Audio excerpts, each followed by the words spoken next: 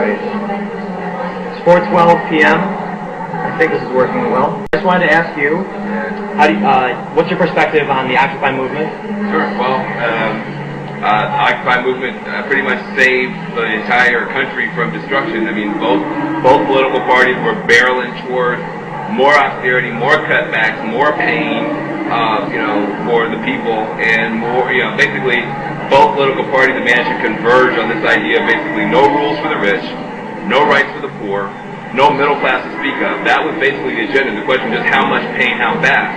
Occupy Wall Street came along and just completely disrupted the narrative. All the austerity, cut stuff went away, and suddenly even Republicans had to talk about income inequality and that whole piece. So, Occupy Wall Street really kind of like helped us to hit reset in the country. Now, obviously, the 1% and the worst of the 1% still have all the money. They still have so much of the initiative, and they also still have this, this court ruling on their side that says that corporations can basically just buy elections and it's supposed to be cool. So we have a long way to go, but the opening act, Occupy Wall Street, to me, is like the Student Nonviolent Coordinating Committee, SNCC. Back in the 1960s, they were the young ones, they were the most aggressive, they were the most passionate, they were the most idealistic. They occupied lunch counters.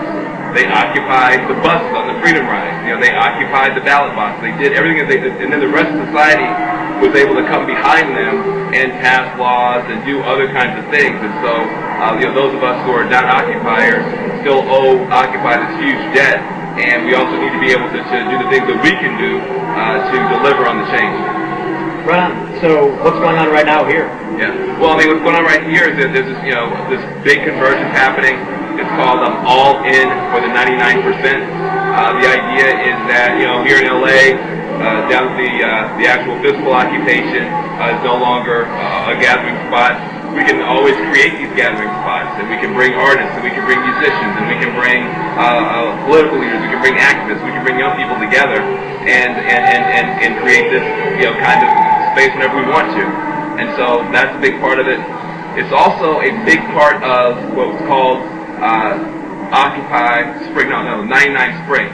And so a number of the grassroots organizations that have national networks have come together to say, listen, we're going to have to get even better at nonviolent